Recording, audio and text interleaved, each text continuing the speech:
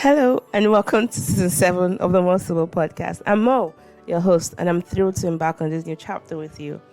As we kick off this season, I hope you get ready for more captivating conversations that celebrate cultural diversity and also delve into the personal journeys of our guests from all around the world. Throughout this season, we'll continue our tradition of exploring pressing issues and sharing intimate stories that resonate with our contemporary age. From navigating cultural nuances to overcoming life's obstacles, each episode promises to be a compelling exploration of the human experience.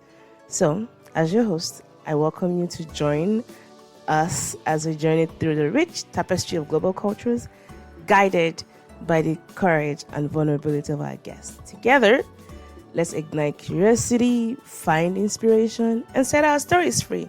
Welcome aboard. Now enjoy the show. This is your girl Mo. For those joining us for the first time, thank you for tuning in today. I imagine the topic of discussion today is as interesting as it is for me.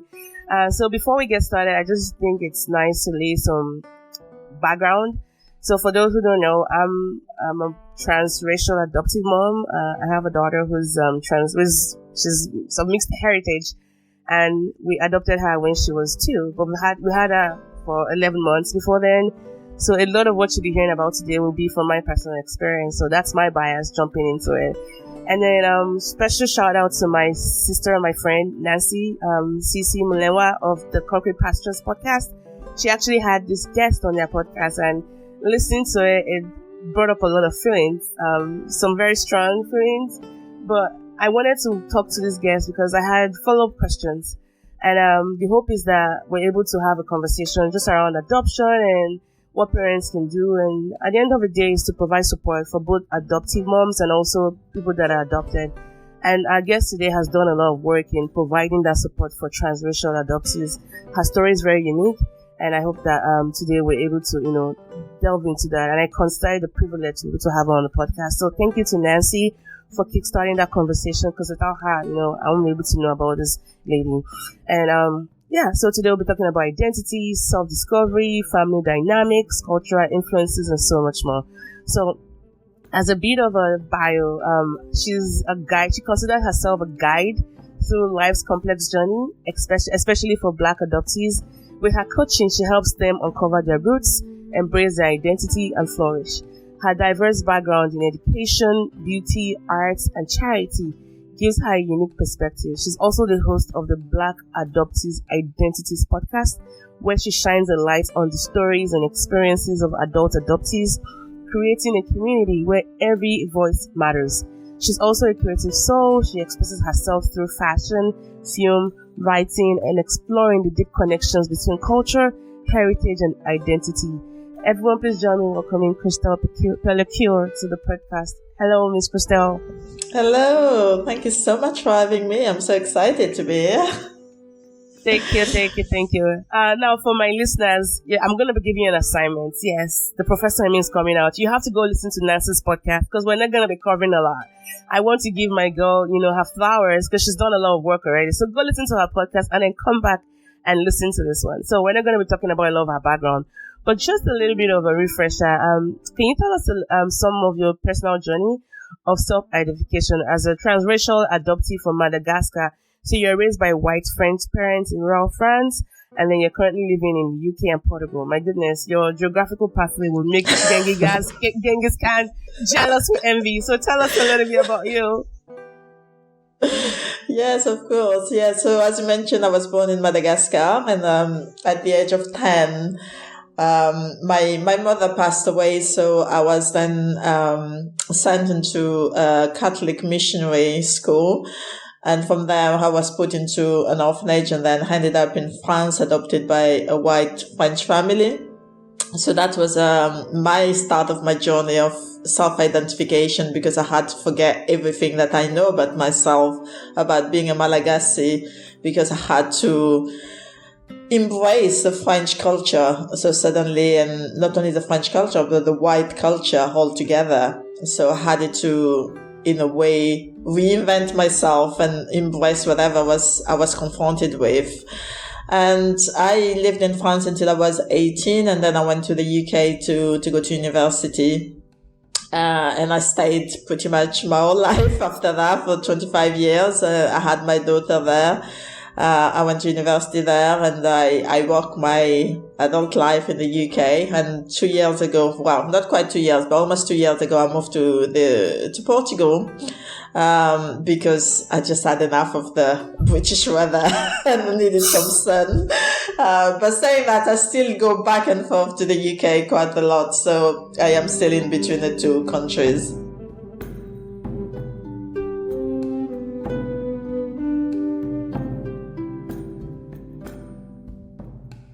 Oh, wow.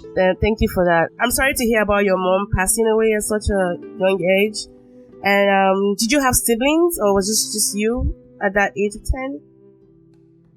Yeah, I had a brother, half brother, but I also had from my dad's side some half siblings, but I didn't grow up with them, so I don't really know them. Okay. Yeah. Okay. All right. And then, wow. So, I don't know a lot about Madagascar, but the little I know is that it's quite homogeneous as far as culture, right?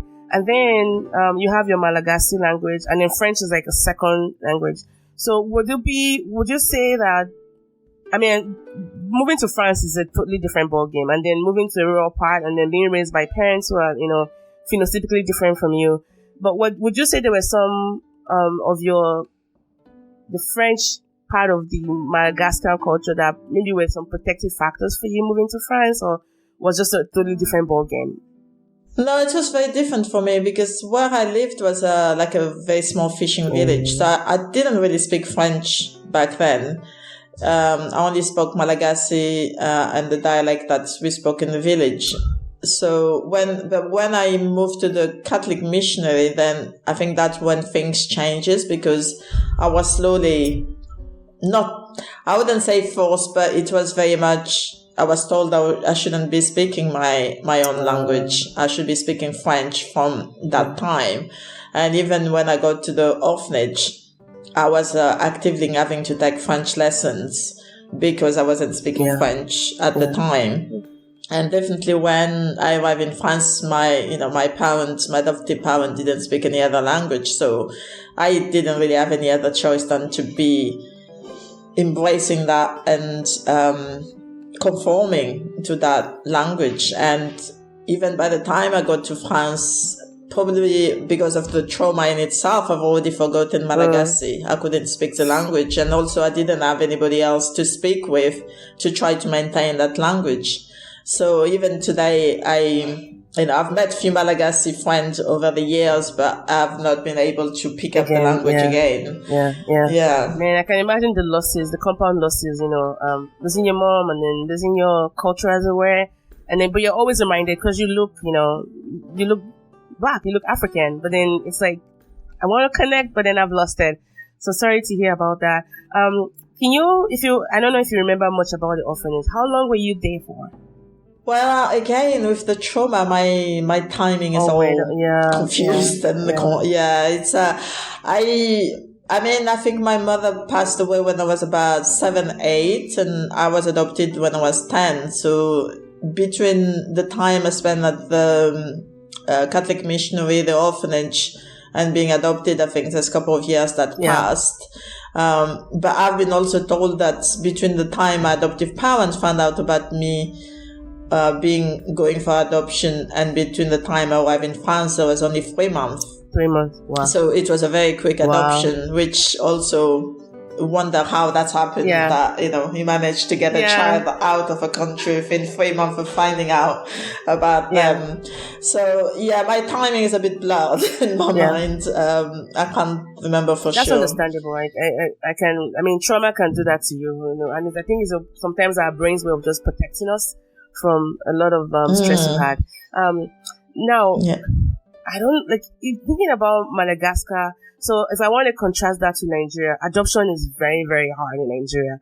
So what we end up doing most of the time is this soft fostering, where family members or distant relatives or even neighbors picking children and we don't call it adoption. You just go live with an auntie in the city, Is Madagascar similar to Nigeria in that regard? Because and then do you also was it a time where French nationals were just coming to Madagascar and just, adopting babies? Because I know, for example, South Korea, they had that influx of white Americans going to pick up South Korean kids. They've clamped down on that. So like Holt agencies, for example, were doing that adoption between babies born of, American soldiers and Korean moms, and then they could ship them away, and that's caused a lot of issues till today.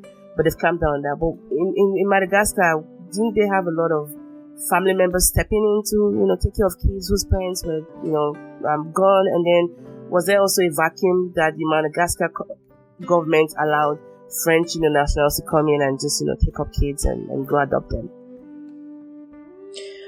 Yeah, I mean, now there's a lot of kinship adoption, I guess. So when family members step in, but for my case, we're talking about 40 years back. So we're talking about, the 80s, around 80s, and 80s is, you have to remember Madagascar only had independence from France in the 60s. So we're only talking about 20 years after independence. So a lot of things were still happening during that transition period. Although the country was independent, there was a lot of control still happening for France at the time. I always say this, my grandparents would have lived through the colonization. So for them, it's a big trauma in itself of what the French did to the country. So they would know, because that was one of the questions I keep asking myself when I was adopted. Where are my family? Why did they not come to get me?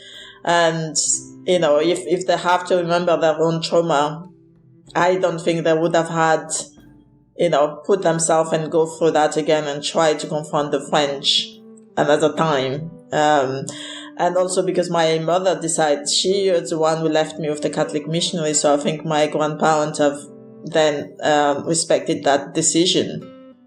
But during, when you talk about the 80s, I remember growing up, my family would warn us against the white people, the French. If you see a French person, just run. Because at the time, it was very common that children were being abducted and being kidnapped and disappear from the country.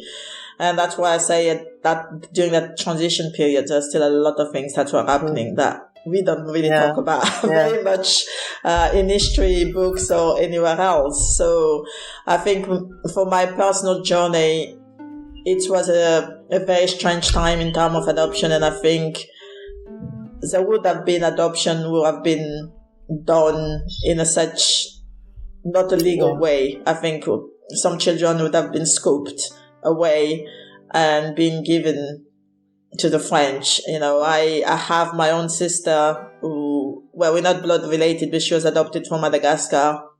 And again, her own story, she's been told that she was abandoned, but yet when she reconnected to her family, she knows she was never abandoned. She was left in the thinking that the family would come back to pick her up, but then they never found her.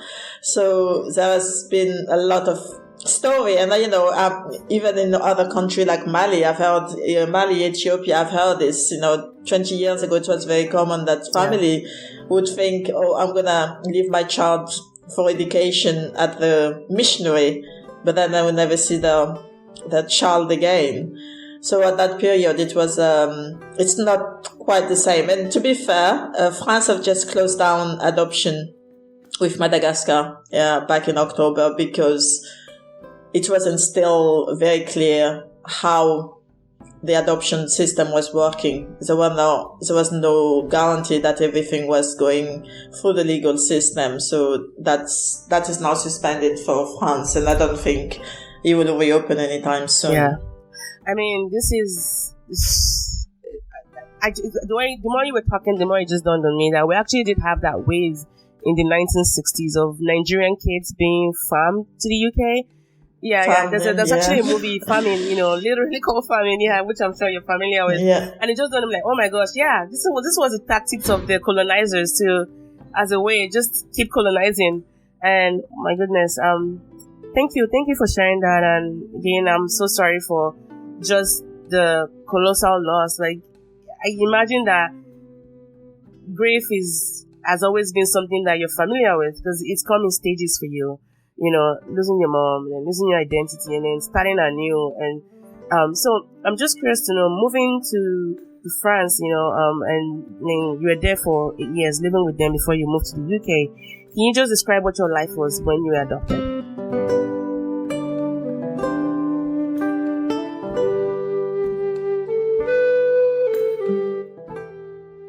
Yeah, I think when I first arrived, I mean, I didn't even feel the grief. I think I didn't have the space to even think that my mother passed away. I think there's so many things happening at the same time, having to deal with the grief, having to live with the Catholic missionary, then going into the orphanage, and then taking a plane. I've never taken a plane in my life, and ending up into a white family. You know, you go from a country where a majority of people are black into a country where a majority of people are white. In itself is a culture shock.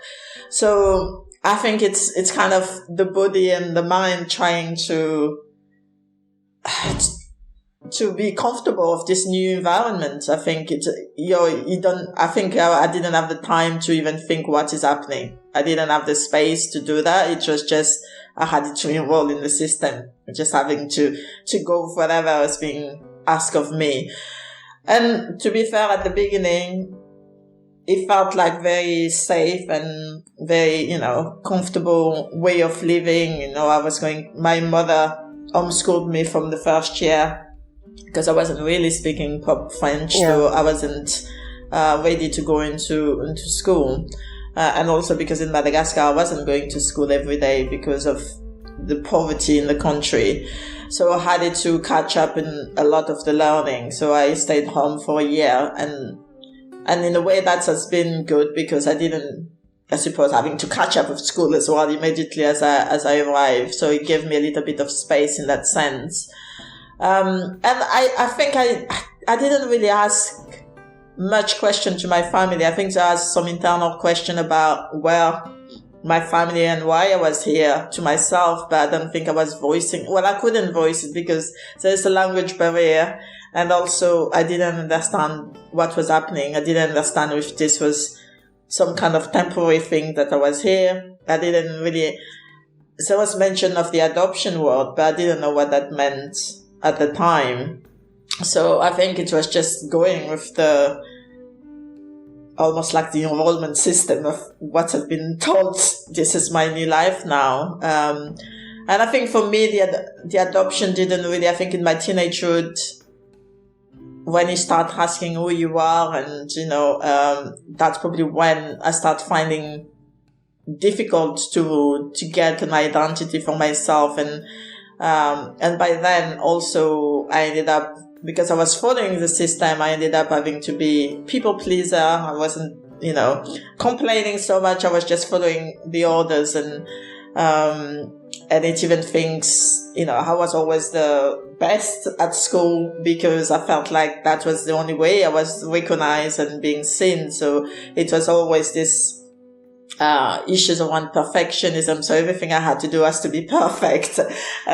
Unfortunately, those things is good when you grow up, but when you become an adult, it's not always into your own benefits, because we know in adulthood that perfectionism doesn't take you anywhere because nothing is perfect, and even people pleaser doesn't help you in life very much.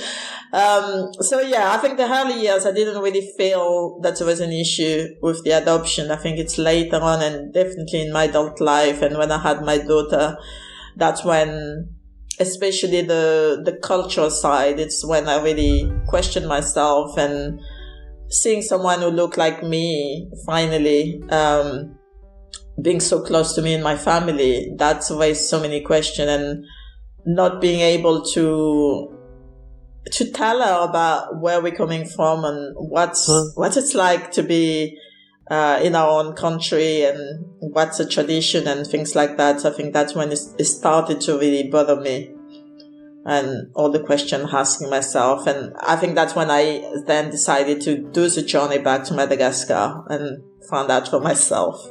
Yeah, connections. Wow, that's very loaded. Thank you. So, for your your family dynamic, did you have any siblings? I think I recall from Nancy's episode that you did have some siblings. Are you at liberty to tell me what your position was? Were you the first child, and they had more kids after you, or there were some kids in between? Well, there was a lot of kids in my household because my parents are foster parents, so there was about 4 or 5 children that were there kind of long term, and then there was other children coming in and out. My adoptive parents have 2 biological children of their own, so older than me. And then they adopted another girl from Madagascar after me. So there was a lot of us in the house all the time in that sense. So it's just a busy household. Yeah. Oh, wow. Are you at liberty to tell us just the dynamics between and I hate using this word, but just for the sake of clarity, between the biological kids and the adopted kids? And then given that one of the adoptive ones was also from Madagascar, like you, did you form a bond just from that shared experience, or are you just at liberty? Just tell us what the dynamics were among all the siblings. It was interesting because the 2 biological children were into boarding school. So in a sense, I didn't really see them very often, or we only see each other, we interact during weekends and holidays. I was mostly interacting with the foster kids, and my younger sister, who's been adopted after me, she was much younger. So we probably have, I think we've got 10 years difference. So, wow. There is quite a big gap in terms of, she was 3 years old when she arrived. I was already 12 at the time. So in that sense, the communication at the time, we couldn't really talk about Madagascar or anything like that, or adoption. In a sense, it's only now we are adults that we talk a lot more about our own adoption and how it affected us and how we lived it. We both lived it very differently.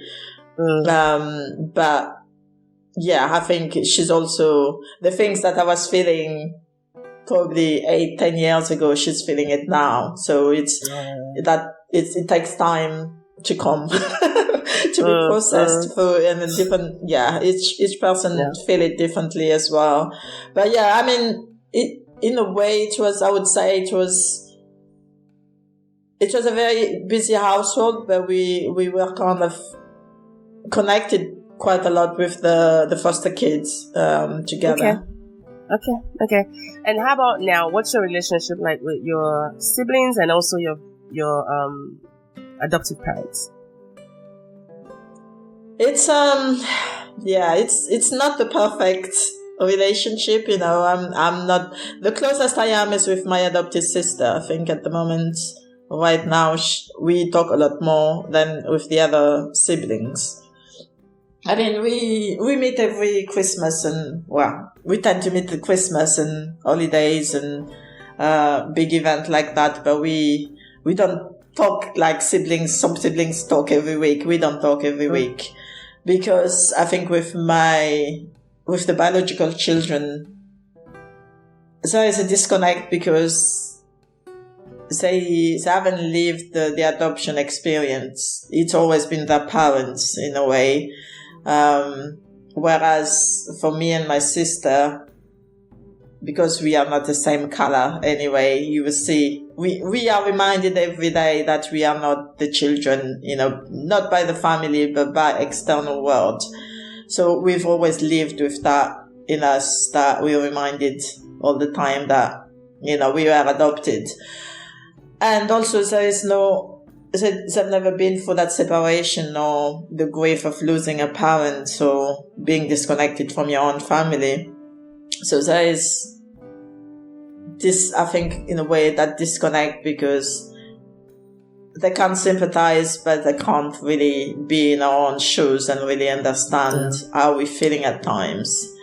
And, everybody has their own trauma and their own baggage, and we approach life in a very different way. So we're not that connected, unfortunately. Yeah.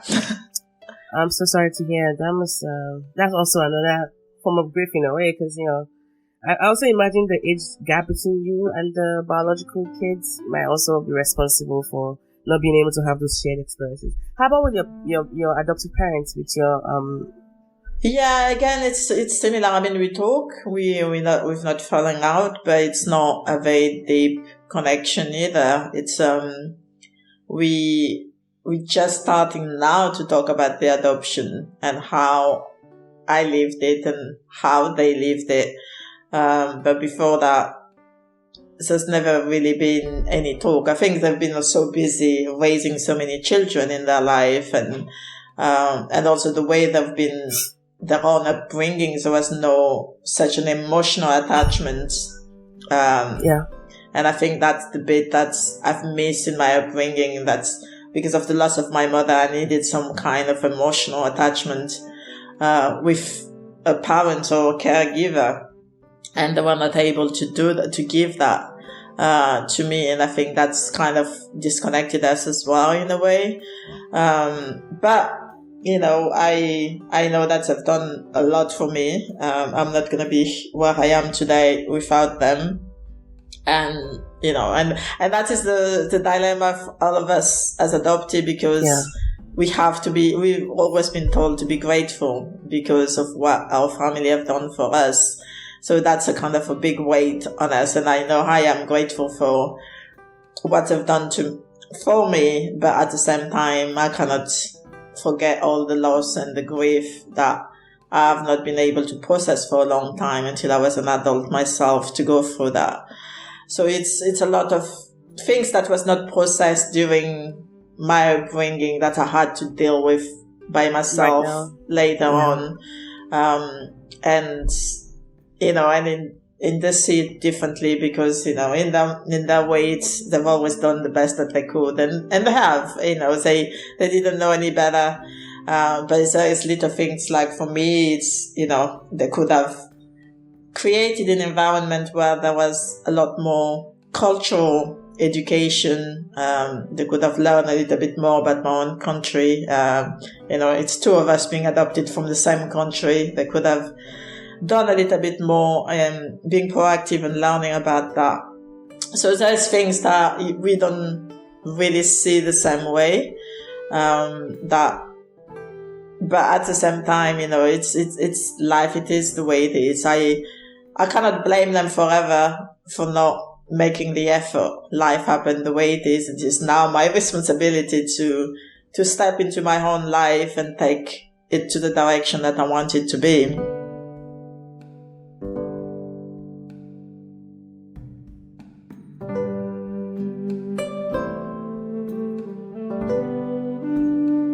Thank you.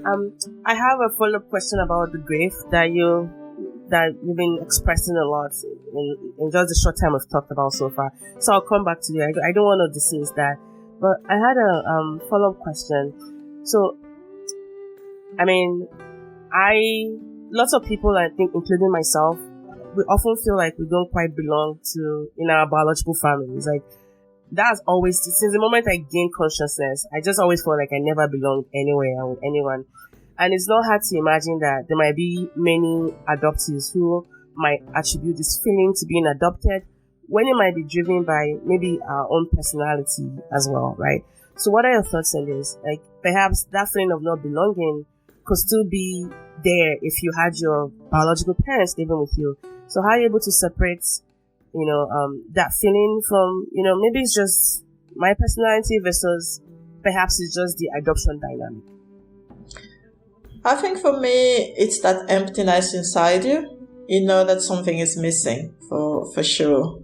And, you know, I mean, in my personal journey, it's very different to other adoptees because a lot of adoptees are separated at birth. So they, in a sense, they don't have the memory, but they have the knowing that they've been separated from deep inside themselves. For me, I have the memory. I know I lived with my mother for quite a significant amount of time. So I know then there is that separation for sure. But for me, the not belonging was, first of all, because it was a white environment and I didn't see myself. It was a very small village. There was many people of color. I mean, around the village there was people from North Africa, but there was nobody with dark skin living very closely. So I think that has already made me feel like, oh, I don't look like anybody. And there was no representation. So that definitely made me feel like I don't belong here. And, I lived my whole life being by the seaside, going to the beach every day. And suddenly I was in the middle of the mountain between trees, and it was very different. So the whole environment, I think it's very important when you want to feel that connection and feel belonging. So I definitely didn't see this is where I was supposed to be. But the other problem, I think, for me is even when I went back to Madagascar, I didn't feel like I belonged. I've left for such a long time already, and I've already been programmed to be raised by white people. In a way, although I was black, I've become programmed to be behaving like a white person. So when I arrived in Madagascar, I definitely felt like I didn't belong. I didn't know how they were living their life. I didn't know anything about the tradition. And even when I arrived in the UK, and the UK was very diverse, and interacting with Caribbean people and black people, I felt very out of place because I didn't know how to behave like a black person, because all I've known pretty much all my life was being in a white environment. So I had to learn again to be comfortable in a black space, because deep inside me, it was the whiteness that's been invaded through my own body. So I think that's where the disconnection you feel, and you feel really out of place. Either you're in a white space or you're in a black space, and you're navigating between the two worlds, not really knowing where you belong. And, I remember at the beginning of the podcast, you mentioning that I've moved around, and that is part of the issue. And I've only realized this recently, in the last couple of years, that the reason why I've moved around so much is because I'm looking for a place where I want to belong. It wasn't so much because, I want to go there, I want to live this, but it's because, from before the age of 10, before I was adopted, I've already been to my grandparents when my mother went to hospital, then came back with my mother, then went into the Catholic missionary, then I went to the orphanage, then I went to adopted. So I've been to 5 different places before I even have the permanency of a place where I was supposed to belong. But unfortunately, I didn't feel like I belonged there, and then I left again. So there is this, I don't know, emptiness, and thinking that, the next place you will find somewhere that's where you're going to belong. And actually, nowadays I'm thinking like, the only place you're going to feel you belong is within yourself. So until you found that you are grounded within yourself, no matter how many places you're going to move, it's going to be the same. You're going to feel like you're out of place. And I think many adoptees relate to that emptiness and not feeling that they're always looking for somewhere to belong. Yeah. Thank you for explaining that. And I imagine that for you, because you were adopted, at 10, and by that age you already have your memories, and you're able to do that contrast between, the feeling of belonging and what it felt like to feel like you belong somewhere, right? And so I appreciate you shedding more light on that. And as you're just talking, it reminded me of that book by I think it was Paulo Coelho, the alchemist. Yeah. How he went around the world, and then he found out that whatever he was searching was right there in front of him. And I do hope that, as you're talking to through your network of providing support to other Black, transracial adoptees, and even with your daughter and parenting and all that you're able to get a semblance of that belonging back. Because I still go through that. And again, I was never adopted, and I still always feel like I always never feel at home wherever I am. Most of the places I end up being. And so in listening to you, I'm able to even experience that through you, even though our stories are so different. So perhaps it's a mixture of so many things, but we'll never know. But I really, really hope for you that, as years go by, you're able to get that back, because there's nothing that feels quite as awkward and unfulfilling as feeling like you never belong anywhere. No one should ever feel that way. And your circumstances were quite strenuous, and even you just picturing that for us. So my heart really, breaks for you as well. And I want to say thank you so much for being vulnerable, sharing that. Let's talk about connection. So you've gone back to Madagascar. You've tried to regain that, right? How would you say your connection to that Malagasy heritage has been for you, and what are some efforts you've tried to make to maintain or even explore that part of your identity? When I went back to Madagascar in 2010, yeah, so originally I didn't go back to meet my family. The intention is I was going to do some social volunteer work. But while I was on the island, I just felt like I needed to go back to where my village, where I grew up. So, and again, when I arrived there, I didn't have any intention to track down my family. But, as you know, when you go into a village, as soon as you arrive, news travel very fast. And next thing, the whole village knew that I was in the village. So everybody just gathered around, and ended up finding my mom's brother. And then some of my siblings and, my nieces and extended family.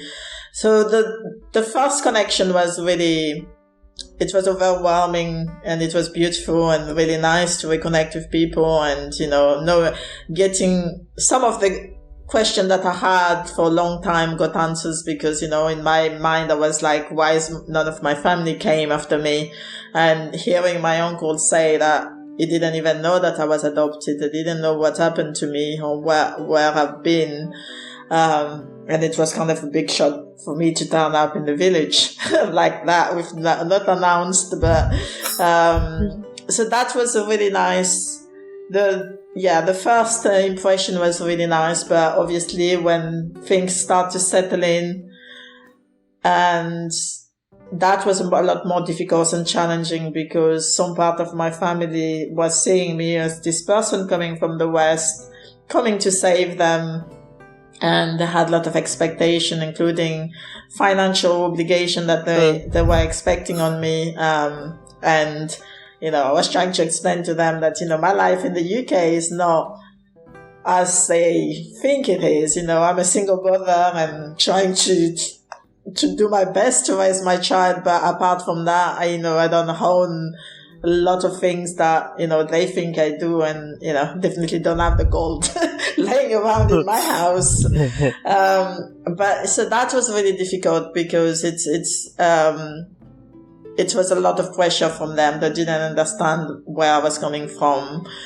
So very quickly I had to distance myself, because it was just too much pressure. I didn't know how to handle. I think it was just too much. I was reconnecting with my family. There's that big joy, and then suddenly there's the other part was feeling overwhelmed by all the demands. So I had to distance myself. And since then I've not really connected that much with them. There's letters and phone calls from time to time, but I have kept my distance. It's only in 2022 my brother passed away. I had to reconnect, because again there was that sense of guilt, because I had my chance to reconnect with my family, but I distanced myself, and now I've lost that chance to even build any connection to the closest person was my brother, to any of them. So, but at the same time, I have to just accept the situation how it is. It was difficult. And I think nobody's really prepared with all this adoption story, with all the reunions that, like adoption agency doesn't really prepare any adopted child that if you get reunited, this might happen. We have to just go into it. But sometimes reunions are very good, but very often, I think in a lot of the podcasts I've had with other adoptees, very often it doesn't end up very well, this reunion journey, because everybody have lived a different life for such a long time and see life very differently. So it's very difficult then to bring people together and expect things to be the way one person expected to be.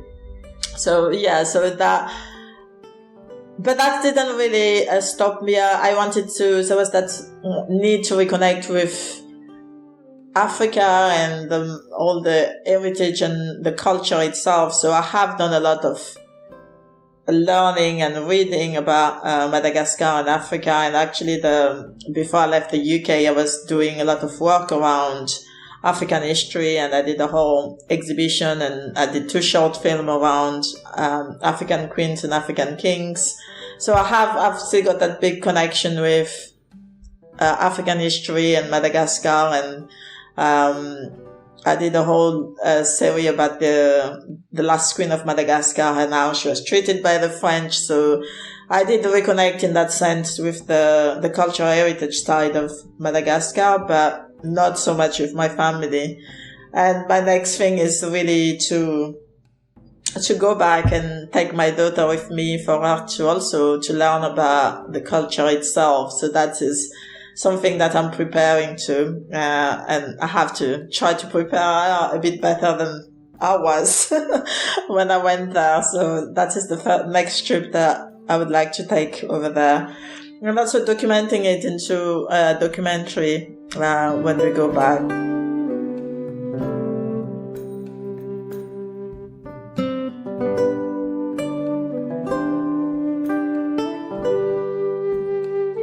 Wow, I'm so sorry. I guess I can definitely imagine the joy of trying to reconnect with your African roots, and we can say some things never change with the black tax. So there's a part of me that goes like, oh my goodness, like facepalm moment. But I guess what could be more of an African welcome? Like, you're literally part of us, so you should get that black tax. Families, let's do better, okay? That's all I'm just trying to say with this. And I'm so sorry you went through that. What a loss that connection is now quite fragile just because of, those actions. I'm so sorry to hear that. I have many questions, but we don't have a lot of time. So let's do it this way. In talking about your parents, I know many 40 years ago, parenting, wasn't the same as it is right now. I mean, some things are still classic, but a lot of resources. And I know with social media and so many tools now being available, adoption has really, I want to say it's gotten a little bit better as far as things you should do better, right? And I imagine that you being a mom your child is 25, so it's not like a new baby. But I imagine like parents, like maybe it brought up a new wave of grief for you because this is you doing it. And I don't even know if your daughter is, of the same nationality and ethnicity as you, that can also maybe even create another layer of the dynamic might also change. But I guess my question, let me just wrap it in a bow. What are you trying to do differently, right? Having to pass down the best of both worlds, both your Malagasy heritage and the cultural background of your French upbringing to your daughter, and how you're also navigating those complexities of you now being a mom, but you're also a transracial adoptee. Yeah, that's a very good question, because I think I ask myself this all the time. I think when I had my daughter, I was 20. So I was in the middle of even finding out who I was. I didn't know who I was. I always say I was a child raising a child. I was still going through my own struggle of the adoption and my own identity and trying to know who I was. And then suddenly I had to take care of another human being. So I guess in a way that helped me to grow faster than most 20-year-old, because, I was going to university, or my friend was going partying every night. I was going home to feed a baby, a 3-month-old baby. So that's in itself, if I had to raise a child again today, it would be very different, because I have grown so much more than I was in my 20s, and I know things that I didn't know back then. So I was just, for me, I think it was a survival mode at the time. the way I was raising my daughter, and the things that I didn't get from my parents, I was not able to pass on to her. It was just a learning curve, and I think that's where I kind of understand my adoptive parents a little bit more, because the things they didn't have, they couldn't pass on to me, and it's the same things with my daughter. And unfortunately, it's also go the other way around. The trauma I had, I've passed it on to her. So, now we are both adults. We can talk about those things and unpack it, and the conversation help, the awareness help to heal from those things. But it was a difficult time, raising a child when you don't know who you are and you're struggling so much about your own identity. It wasn't easy. But I would say, there was a period where when she became a teenager, it was very difficult for her as well to understand, because she's always been raised in the UK as well. So she's not even feeling the French side, because she only go to France for holiday. So she's more, although she's got a French passport, she's feeling a lot more British than I feel. I don't feel British at all, even though I spent most of my life in the UK. So it's a slightly different, I think feeling, but the identity piece is, I think, still the same, because we're still trying to find out who we are when there's so many different pieces coming together. And she's also got another layer, because her dad is from Sierra Leone, so there's another piece she's got to pick up as well in that side. So the identity piece is it's very complex, I think, to try to understand who you are. But definitely, I think over the years, and she's also been my biggest teacher. She's been, like I say, I've grown up so much more having her around me, and she's taught me as a 25-year-old adult now. She's still teaching me a lot of things that, I should know, but she's teaching me. And that is beautiful in itself, because that's brought us closer together.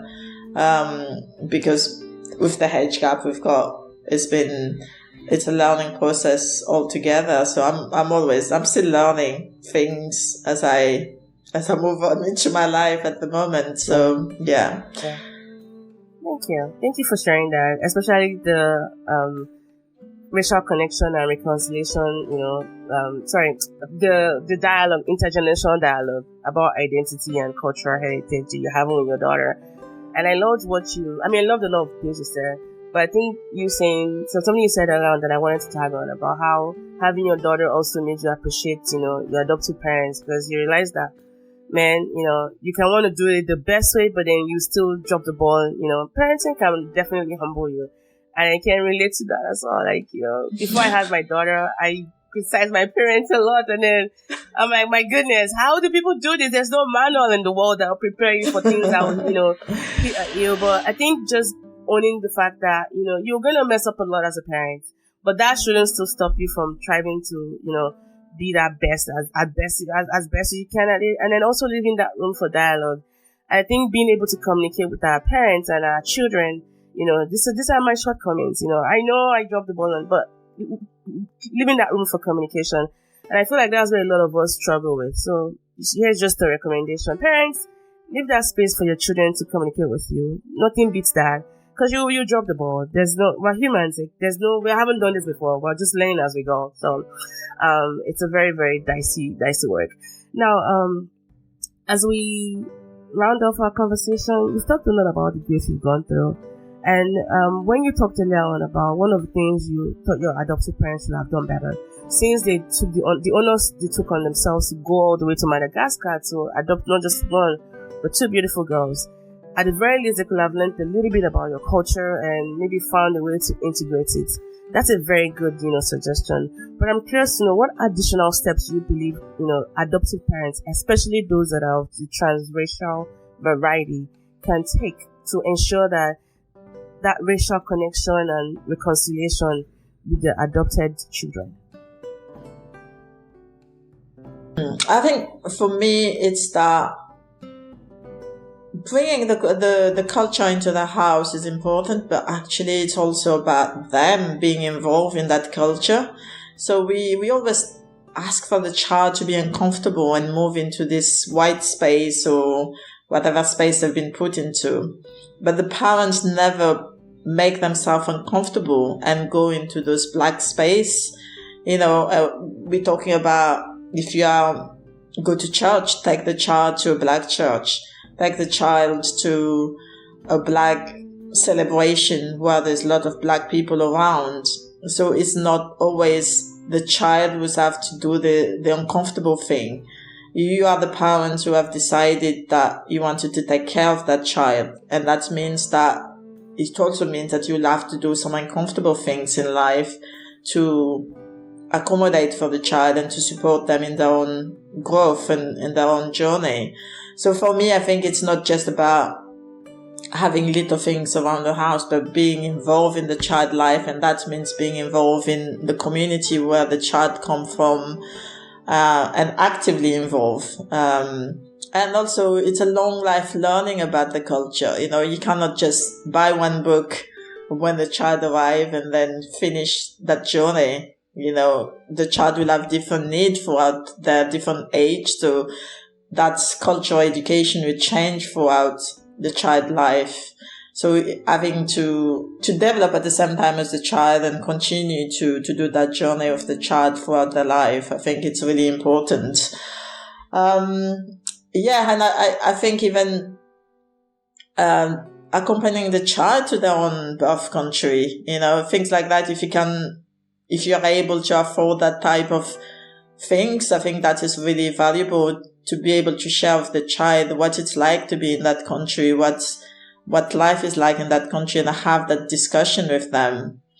And definitely, I see very much with the American adoptees that I speak to, there's no talk about race, and that is very damaging for the child sometimes, especially in America right now, because the child is so being overly protected in that family surrounding. But when they get into the outside world and they have to face on an everyday basis that they are black and they will be treated as black, and then they have to face a race, but they've never talked about it or nobody has prepared them to talk about it. And you only come up in conversation when something bad has happened around race for that child.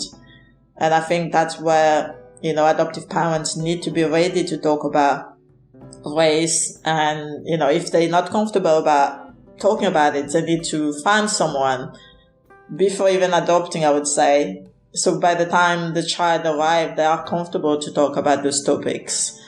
So I think there is quite a lot of things that parents can do to prepare themselves. And the other thing that generally adoptive parents I recommend is in terms of their own journey. I think it's questioning their own journey, how far are they in their own journey of healing in a way, because sometimes I see adoptive parents have not done sometimes they need therapy and they haven't done that, and that can impact on the child life later on.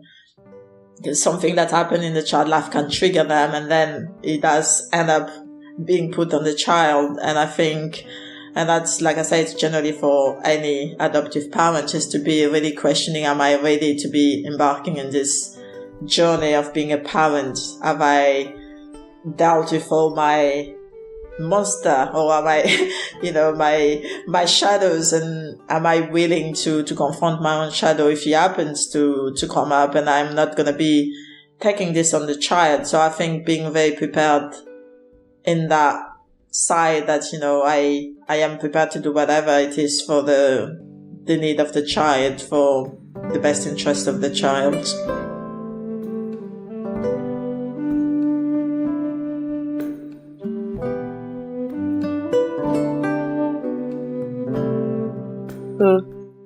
Thank you so much. And those are good points. And I imagine 40 something years ago, there were not many resources that were available for parents, who embarked on this quest. But this is an age of enlightenment, we're in the fifth industrial revolution. So I guess the challenge for parents, period, is getting involved in your children's lives, and whether adoptive or not, what are their interests and how can you put that in conversations? And there's so many layers of complexities to this. And it's not even saying that parents that have done exactly all of this, the kids will still not have something to, bring up later in the future, because that's how parenting can be. But I guess the challenge and the humility here is that leaving those room for conversations and both ways for parents and children alike. And so I hope that this episode is very encouraging to those who listen to it. Because when I was listening to the episode with Nancy, I mean, I just thought about 20, 40 years from now, if my daughter got on the podcast and, she expressed her heart, like, what could I have done as a parent? How could I have made her experience better? And I wouldn't know. I mean, we keep trying our best, but I imagine that there'll be some things she will still talk about in the future. And that should be okay. But I don't want to miss things that I'm able to work on now as a parent, because I have my own layers of complexity too as a human being, and then how much more as a mom, and having a child who's so different from me in every sense of that word. But what unites us together is, the love we have for her. And, and I hope that she always remembers that she belongs somewhere. And that, adoption as it were is a grief. It's a grief that you can never, it's just what it is. Picking a child from somewhere and bringing him home, there's that grief that comes with it, but it shouldn't always be a sad thing. And that's what I'm just trying to emphasize here. And I thank you so much for, sharing all of what you shared today. And before you go real quick, I know you have your podcast and you have your own mission. Are you just at liberty to tell us quickly about what you do and where people can find you? Sure. So I'm a coach, first of all, which I support Black adoptees with their adoption journey. But as you mentioned, I've also got a podcast where I interview Black adult adoptees with their own journey. So that has been really useful to see that all of us, we go through similar experiences, similar emotions and feelings, even though our stories are always very different. And you can find me on Instagram at Black Adoptees Identities. Thank you. I'll put all of that in the show notes. And I guess lastly would be two things. Looking back on our discussion today, what do you hope listeners can take away from your story and experiences? If you could tie everything in a little ball. Well, I think I would have, for adoptive parents, is really think about the child's needs and really invest in their culture and their heritage. Be there with them as much as you can, being involved in their life and do the education at the same time they educate themselves, the child educate themselves. So do the journey together. I think that would be my message to parents.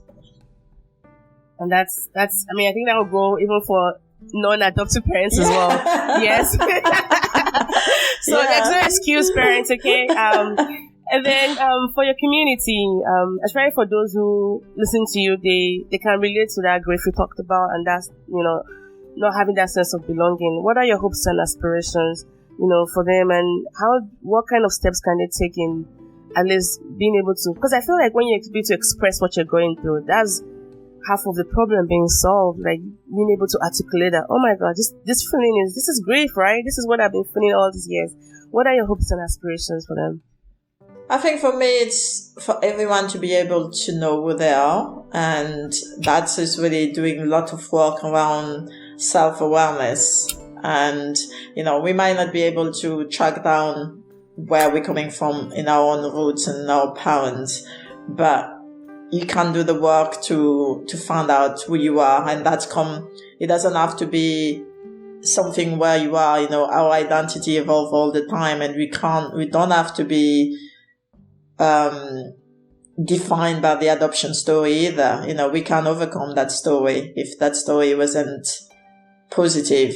You can build whoever you want to be out of who you are today. So really knowing what do you like, where do you want to be in 10 years time? So asking those questions, who do you want to be?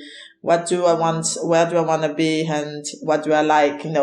those it seems like small question, but in the big scheme, it does help to define who we are and who we're moving forward to. So I think self-awareness is, I think, my big step and hope for people to be self-aware as much as they can. Thank you so much. And oh my goodness, this has really been very, very rich. And I've learned a lot from you today, and you just sharing your experiences. And I know you come very well decorated. I forgot to mention, you've been awarded a lot. Bristol BME Power List, West Women of the Year, and all of the things you do, which we haven't highlighted. So we hope you find, you come back again, and maybe we can talk about your other ventures and, enlarge our horizons with the, wonderful work you do. And I forgot to ask this. We didn't talk a lot about your dad's side, like your birth dad's side. I don't know if you had any connection, or when you were talking about connecting with your African roots, were they the people you're also trying to connect with? Yeah, my dad's side, I don't really have much, to be honest, because even when I lived with my mother, I didn't know who he was. Okay. But interestingly enough, it's I've not seen the paperwork, but apparently my dad signed my adoption paper. And for me, it's like, how is that possible? I didn't know who he was. How can he be signing? So again, in all this environment where everything is, we don't know who's who and who signed papers. It could have been anyone who pretend to be my father, just for the sake of someone needing to sign the paper. So I don't know. And I have a half sister who contacted me when I was about 15, who strangely enough found my address in France, which again is very strange because it's a closed adoption. Nobody should be able to track me that easily and find my address in the middle of a tiny village in France. So there's a lot of things that, it's very strange. It doesn't make sense. It doesn't add up. But, and she's supposed to be from my dad's side. And again, I've not kept a very close contact. She lived in Paris, but we've not met in person over the years, We connect on Facebook and everything, but I've never really, because I don't feel, deep in my heart, because I have to feel that, there is a connection. The separation. You feel that separation. So I do feel like, okay, if there is a connection between us, I would feel, it didn't feel the same way as I was connecting with my brother, for example. So I haven't made the effort to really put myself out there and go meet her, because I don't know, I didn't feel that, all the story I've been told is actually what it is. So I'm not really, maybe I will, I guess one thing that's adoptees are being lucky with at the moment is having DNA test, because that has helped them a lot. And maybe, in France, adoptees are not allowed to use DNA right now. So that's an interesting thing. So but maybe that's the way I will find out with my own family at some point, is doing a DNA test to put my mind at peace, to know that, yes, you are really blood related. Good luck with that. I imagine the mushroom is gonna just sprout out. Good luck with that. Exactly. So but again, I have to be prepared, because, like I say, I've got no guarantee that the people who pretend to be my family are my family, because and families, So it's another layer. I'm not sure I'm ready to say no more. We understand. Say no more. But seriously, my prayer for you is that, if Portugal is a place for you, that wherever you find yourself next, that becomes more of a resting place for you, and then that sense of belonging, you find it. And I really want to thank you today for the insightful and thought-provoking conversations we'll be able to have. You coming on the show and extending that conversation on Nancy's podcast. Just want to say thank you so much. It means a lot to me as a podcaster, and also as a transracial adoptive mom, to be able to have this conversation, almost like singing to my daughter many years from now, and being able to have these conversations, and also get support for not just parents alike, but also for adoptees as well. So thank you so much, Christelle, for this. Well, thank you so much for having me. And I will have to come back some days and yes, let's do that. Thank you. However we can support your podcast as well, please let me know. No, but thank you. I'll keep in touch with you, and I want to thank you so much. All right, thank you. Thank you. All right, bye-bye. Bye. All right, thank you all for tuning to this episode with Christelle. We hope you're able to get some nuggets from this. As always, don't forget to subscribe to the podcast so you will alerted on new episodes. I remain your host, Mel. Love you guys, and bye-bye.